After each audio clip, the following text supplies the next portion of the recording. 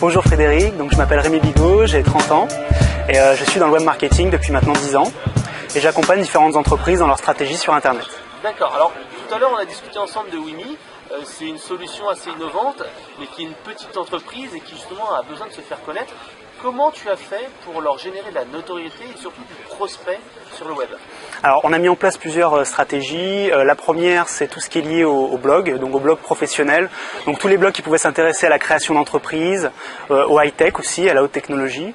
Tout ce qui, si tu veux, tous les clients qui pouvaient être intéressés par ce genre de produit. Donc ce qu'il faut savoir pour présenter rapidement Wimi, c'est un outil de travail collaboratif qui permet, c'est un peu un mix entre Dropbox, donc pour le partage de documents collaboratifs, et Do.com ou Basecamp, qui est un outil de gestion de projet. On a plusieurs avantages concurrentiels qu'on peut mettre en avant lorsqu'on communique. Le premier, c'est que tout est hébergé en France. C'est très important pour les entreprises. Pour la législation américaine, notamment le Patriot Act, qui permet à l'administration américaine de consulter tous les fichiers. Voilà, et c'est un gros problème pour les entreprises françaises. On a également d'autres avantages, donc la gestion des droits qui est vraiment très fine sur notre outil, c'est-à-dire qu'on va vraiment pouvoir de façon très avancée décider qui a accès à quoi et à quel moment. Et puis un autre point qui est vraiment intéressant, c'est que c'est un outil qui est vraiment deux en un. Comme je vous l'ai dit tout à l'heure, il permet de partager les documents et de gérer ses projets. D'accord. Voilà. Alors justement, comment tu as fait pour faire connaître cette solution innovante?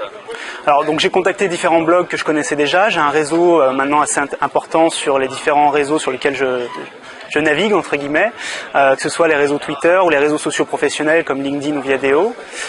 Donc je les ai contactés directement, je leur ai présenté la solution et on a mis en place des partenariats. L'autre point qu'on a mis en œuvre qui est vraiment intéressant, c'est ce qu'on appelle un peu les partenariats stratégiques. C'est-à-dire qu'on a identifié des entreprises ou des startups qui avaient des business models qui pouvaient coller aux nôtres, donc qui avaient les mêmes clients que nous, mais qui n'étaient pas concurrents. Et on leur a proposé un partenariat. Donc je peux citer par exemple Tilki, qui est un outil de présentation commerciale, avec qui on va commencer à travailler dans les prochaines semaines.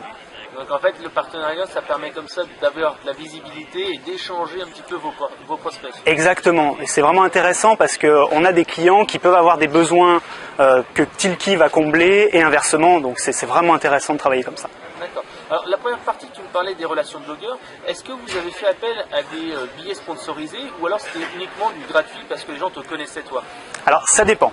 Très honnêtement, il y a eu des cas où effectivement je les connaissais et on avait... C'était lié à leur activité, donc c'était naturel. Voilà, tout à fait, c'était plutôt naturel et donc on a pu mettre en place un partenariat gratuit ou avec échange de bons procédés, parce que c'est toujours comme ça que ça se passe. Et puis d'autres où il a fallu effectivement mettre la main à la poche, si je puis dire. Mais bon, on a eu des très bons résultats, on a eu un vrai retour sur investissement. On a aujourd'hui 3500 entreprises qui sont inscrites sur le service, plus de 10 000 utilisateurs au total. Et là, on ouvre à l'international, donc il va y avoir le même travail à faire aux US avec de très gros concurrents comme Dropbox. Alors justement, quelle va être la différence au niveau stratégique entre un marché français et un marché international? Puisque là, il y a la barrière de la langue, certes, mais vous n'avez pas forcément le même réseau de contacts que tu as en France. Absolument, ça va être forcément un challenge pour moi, un peu plus compliqué. J'ai un réseau en Angleterre, puisque l'année dernière, j'ai eu la chance de travailler à Londres pour presque un an pour eBay. Donc en Angleterre, j'ai déjà un petit réseau. Par contre, aux US, je vais vraiment débarquer, si je puis dire. Mais on est en train d'installer un bureau donc aux États-Unis pour nous permettre justement de créer cette même dynamique qu'on arrive à obtenir en France. On a déjà identifié quelques partenariats stratégiques intéressants, donc on est assez confiant en l'avenir.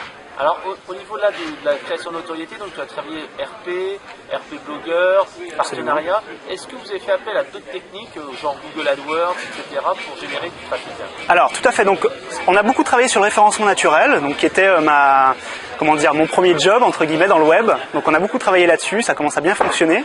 Et justement, j'ai poussé un petit peu. Donc là, on va lancer la campagne AdWords à partir du mois de mars normalement.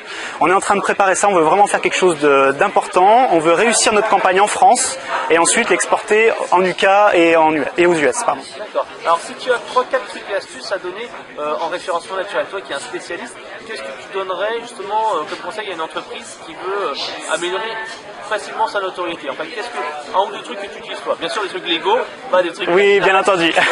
Non, de toute façon, pour ce genre de produits et de sites, on peut pas se permettre de faire des stratégies un petit peu qu'on appelle black hat.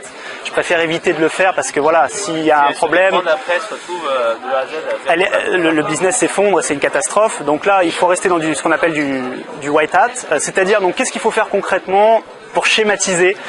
Il faut faire un site propre qui soit facilement indexable par les moteurs de recherche. Ça, c'est la première chose. Et la deuxième chose, ça va vraiment être le contenu. Créer du contenu de qualité et en quantité assez régulièrement si c'est possible.